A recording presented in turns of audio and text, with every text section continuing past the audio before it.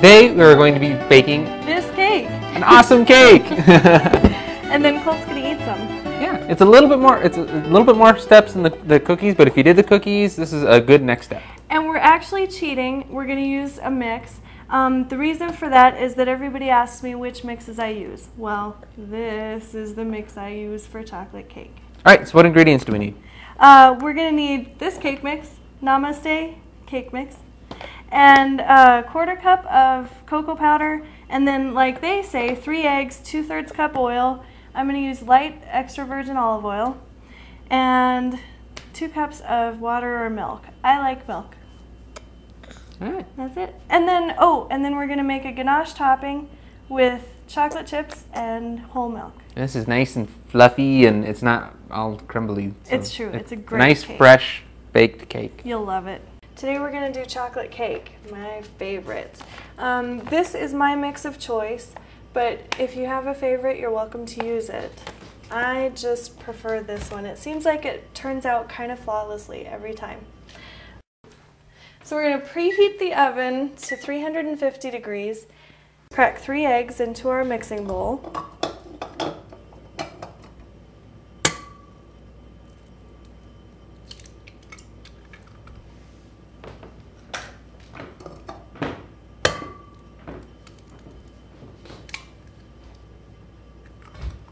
Oh, I got a little bit of egg shell, and that comes right out if you scoop it with the eggshell. That's a trick my mom taught me.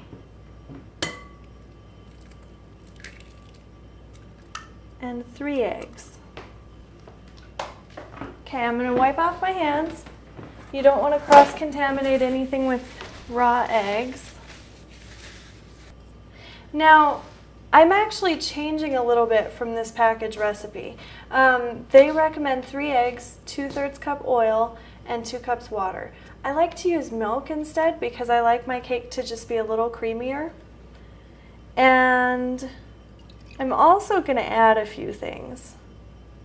Not because the mix isn't fine by itself, but because this is a baking show and nothing's ever chocolatey enough for me.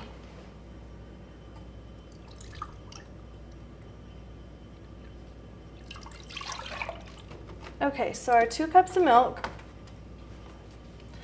All right, 2/3 a cup oil. Now I'm using a light tasting olive oil because olive oil is really the healthiest oil to cook or bake with. And the light tasting, you're not going to have that really strong olive flavor in your chocolate cake.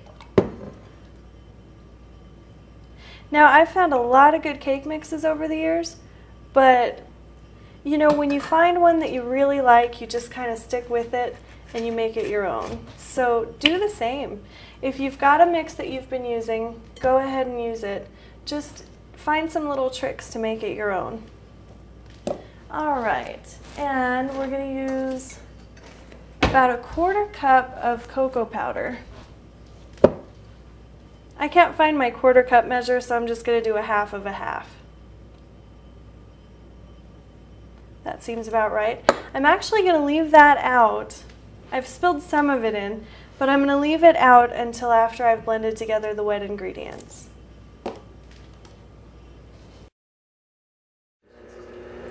Okay, I'm going to let these blend together on kind of a medium-low speed because I don't want it to spit everywhere. And then I'm going to add this chocolate cake mix. And you're going to add it just a little bit at a time because when you're adding dry ingredients to wet ingredients, they can fly. Okay, so this mix is actually great on its own, just the way the package tells you to make it. But I like to add my own little touches to anything that I make. So that's what we're doing. And what's really going to make this cake special is the ganache topping that we're going to put on it. Now, all of my cake mix is blended in, so I'm just going to add this 1/4 cup of cocoa. I'm kicking up the speed of the blender just a little bit, and I'm going to scrape down the sides of the bowl. Now, you might feel like I'm kind of cheating by using a mix today, But with gluten-free cooking and baking, I've noticed that it's really hard to get just the right blend of flours to give your baked goods the right consistency. And so I've found a mix that I really, really like, and that's what I'm sticking with for my cakes.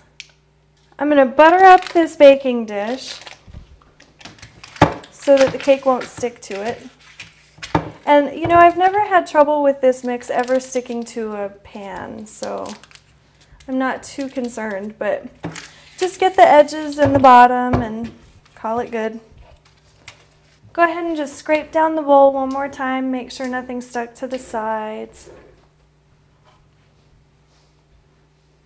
And it looks good, so now I'm going to pour my mix into this baking dish, and I think it's just a 13 by 9.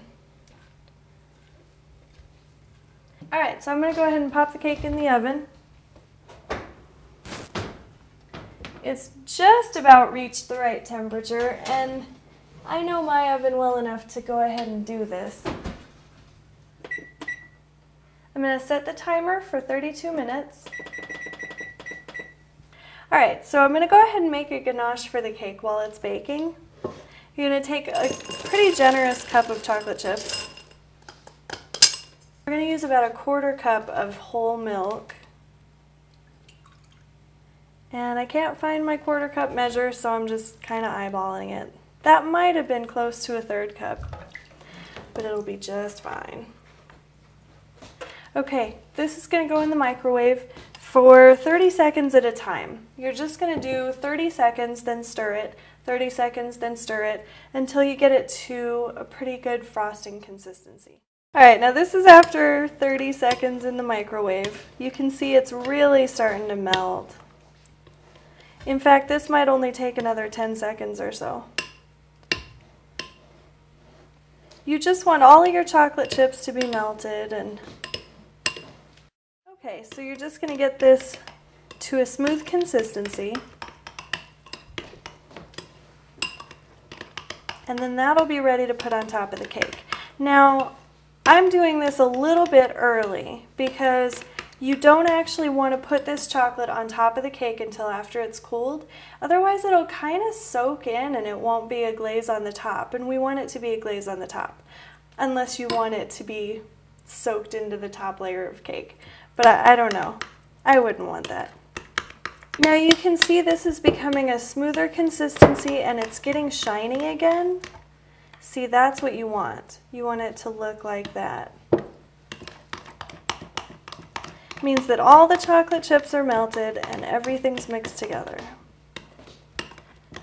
Now you can add flavorings to this. You could put a little bit of peppermint extract, probably 1/4 to 1/2 teaspoon, vanilla, cinnamon. Cinnamon is awesome with chocolate, and it would be fantastic in this cake mix. The reason that I'm cheating a little bit and using an actual mix instead of my own combined ingredients, everybody asks me what mix I use, and I think it's important to find a company that makes a good mix, because with gluten-free baking, it's really hard to get just the right combination of flours. You want to have a really good texture and a really good flavor, and it's kind of tricky with rice flour. So if you find a company that does it well, stick with them and kind of use them as a base for your other recipes. I know that there's a baking mix out there that's pancakes, but you can actually use it as an all-purpose flour, and I'm going to see if we can use that in some future episodes. Okay, the cake's ready, so I'm just going to take it out of the oven, turn my oven off. Now I'm just going to let this cool on the countertop until we're ready to top it with the ganache. I'm going to give this another stir just to make sure that it's not getting too hard, and it seems just right. Now your cake is done when it's firm. You should be able to kind of wobble it and not have it move in the middle. And you can also put a toothpick in it, and if it comes out clean, you're golden. I'm probably going to give it about 15 minutes to cool, and then we'll put the ganache on top. Alright, this part's really easy. We're just going to put on the ganache top. Now, I'm going to show you, This cake actually fell just a little bit in the middle. That's fine. It's really not going to make that much difference. That happens sometimes because of the elevation here. So if it happens, just don't worry about it. So we're just going to spread this on the cake and take a little care because you don't want to tear the top of the cake. Alright, so spread it as evenly as possible. This cake would be awesome with some fresh berries, but it's great like this. And a cup of milk. Okay. Alright. Okay, cool. Oh, So you playing with the mic, aren't you? Oh. We're going to stick to the same schedule and try and do one episode the first Friday of every month. One episode on the first Friday of every month. And if you have any suggestions or requests, just email me at danette@gfcook.com or post on the forums. And I am responding on the forums, so I hope to see you there. Also, you can subscribe to the feed from our website and get the show delivered automatically to your iPod or PSP or any kind of device that allows you to subscribe to RSS feeds. All right. Thanks for watching. This has been a Two Smart Guys production.